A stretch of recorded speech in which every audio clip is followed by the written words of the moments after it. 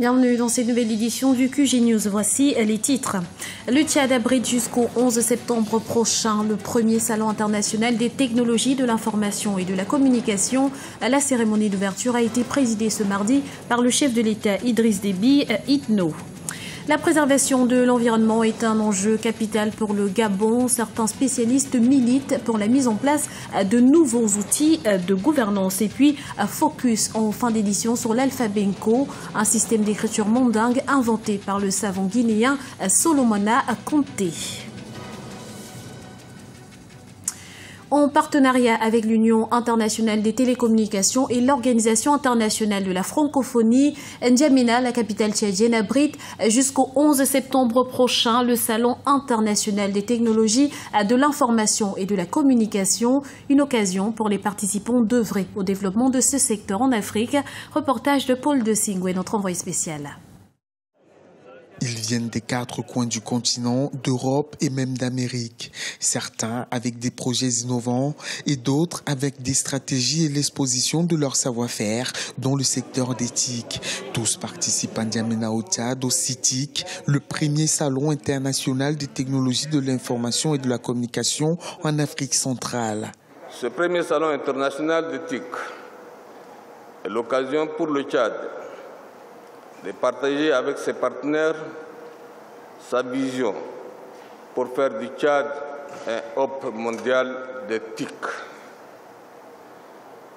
Les actions matérialisant notre vision sont menées dans le cadre des programmes et projets structurants devant doter le Tchad des infrastructures et équipements appropriés, notamment la réalisation de la connexion physique des fibres optiques traversant l'Atlantique et la mer Rouge, ainsi que l'itinéraire Maghreb-Méditerranée, l'Afrique centrale, Afrique australe.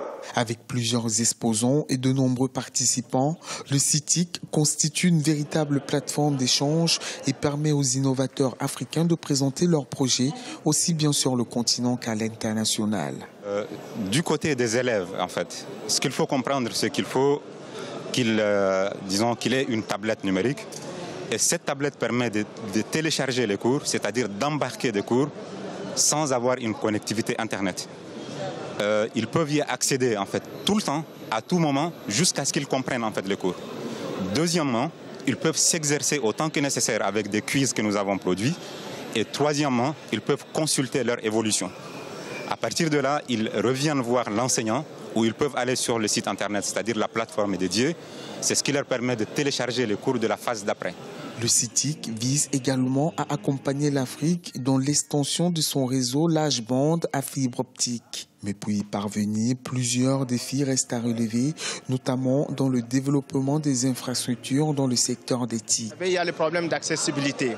Le deuxième défi, qu'il ne faut pas perdre de vue, l'éthique ne peut se faire que par un accompagnement énergétique aussi. Le premier salon international des technologies de l'information et de la communication en Afrique centrale a vu la participation des présidents Mohamed Abdelaziz de Mauritanie, Goodluck Jonathan du Nigeria et Idriss Déby Itno du Tchad. Le gouvernement libérien appelle à la levée des restrictions au voyage vers les pays touchés par Ebola, tout comme l'Union africaine et l'Organisation mondiale de la santé. Les autorités libériennes jugent ces mesures dommageables. Tous craignent en effet une crise sociale et humanitaire. Explication avec Yohann Diameta. Lever les restrictions de libre circulation et de commerce, telle a été la demande formulée par le ministre des Affaires étrangères du Libéria, l'un des pays d'Afrique de l'Ouest les plus touchés par l'épidémie d'Ebola. Après la clôture d'une réunion d'urgence de l'Union africaine lundi à Addis Abeba, Augustine Ngafouangpe a tenu à rappeler les recommandations des institutions internationales quant à l'attitude à adopter face aux pays atteints par le virus.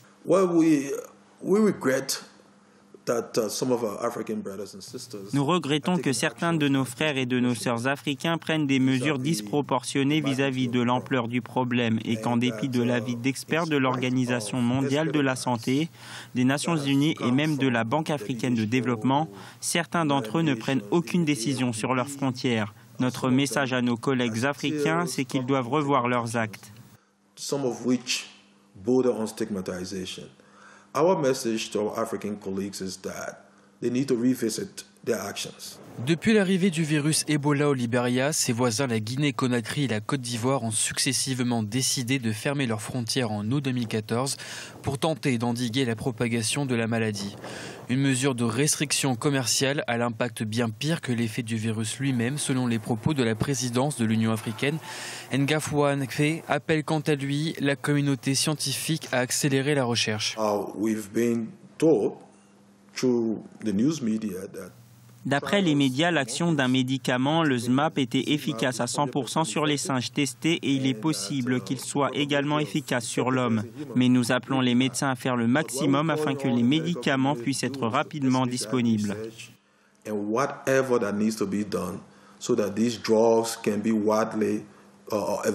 La réouverture des frontières permettrait aux Libériens d'atténuer la flambée des prix liés à leur fermeture. 1200 personnes infectées sont déjà décédées dans le pays.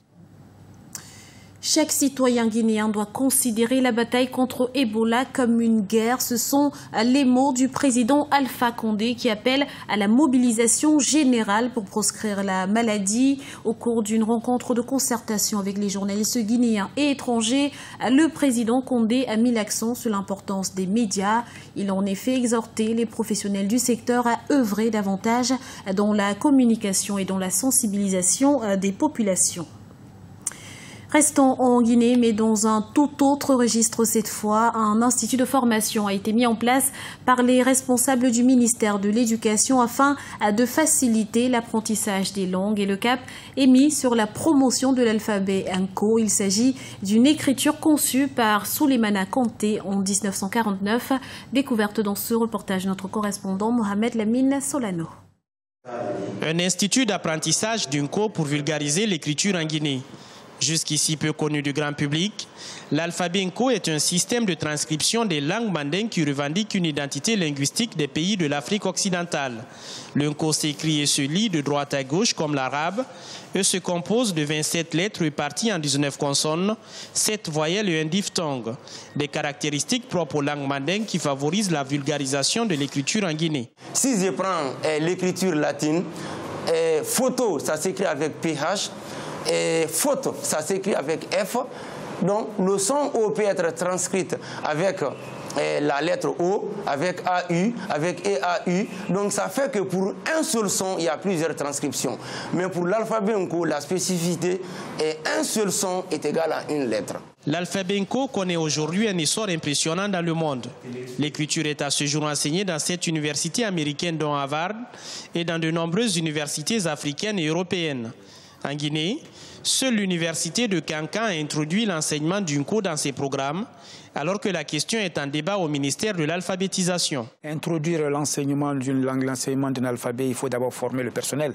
On ne peut pas le faire dans 3-4 écoles de Conakry, attendre 2-3-4 années pour le faire. C'est vrai qu'on peut de façon expérimentale le faire, mais notre souci c'est de faire, la première des choses que nous devons faire, c'est non seulement de faire la promotion et de voir avec ceux aujourd'hui qui sont impliqués dans ça, qui ont créé l'institut, c'est de voir avec eux comment nous allons nous y mettre pour la formation du personnel du corps enseignant. L'écriture Nko a été conçu il y a 65 ans par le savant guinéen Souleymana Kanté. Le mot Nko signifie jeudi dans toutes les langues mandingues. Un logiciel de transcription a été inventé au Caire en Égypte en 1992 pour faciliter l'apprentissage et la vulgarisation de ce système d'écriture. Un défi que se fixent les partisans de l'alphabet Nko, assez dynamique dans de nombreux pays à travers le monde. Comment préserver l'environnement en Afrique? Pour Nikez Moulombi, président exécutif du réseau des organisations de la société civile pour l'économie verte en Afrique centrale, cela passe par la mise en place d'une législation pour réguler la protection de l'environnement. Explication avec Marina Vanier. La préservation de l'environnement passe par une responsabilisation plus accrue des États et des entreprises. C'est du moins ce que pense Nikez Moulombi, président de l'ONG Croissance Saine Environnement, active dans la promotion du développement durable. Pour ce défenseur de la nature, les entreprises responsables de pollution et de dégradation de tout genre de l'environnement doivent en assumer les responsabilités. Il insiste sur celle des États dont il exige une gouvernance plus transparente. Pour aider les pays à lutter contre la pollution, les États doivent mettre des outils de gouvernance. et des outils de transparence en matière de gouvernance. Il faudrait que les entreprises respectent leur cahier des charges qui sont signés. Et s'il n'y a pas de cahier des charges, il faut les mettre en œuvre. Il faut que les plans de gestion environnementale et sociale soient respectés et qu'on voie bien au fil d'années qu'elles n'impactent pas négativement sur la faune, sur la flore et sur la population. En 2013, l'organisation a mis en place l'Observatoire de vigilance et de promotion du développement durable des produits et services des industries du Gabon. Une ébauche à plusieurs mesures de régulation pour une protection plus efficace de l'environnement. Il faut que les États se dotent d'une justice claire. La justice doit pouvoir faire son boulot. Donc, il faut amener du renforcement des capacités auprès de nos magistrats, auprès de nos procureurs pour qu'ils s'approprient sur ces nouveaux mécanismes et puis collecter de la ressource interne parce que cet argent qui est laissé et qui est approvisionné de manière linéaire dans les états financiers des entreprises pour restituer leurs espaces et qui ne sont pas faits sont redistribués autour des actionnaires. Et donc, nous allons pouvoir mobiliser des experts pour que nous puissions récupérer ces sommes. La préservation de l'environnement reste un défi majeur pour le Gabon, dont les 22 millions d'hectares de forêt restent une ressource à protéger à tout prix. C'était le journal de la rédaction. Nous vous remercions pour votre fidélité. Retrouvez dans un instant une nouvelle édition du QG News sur Africa 24.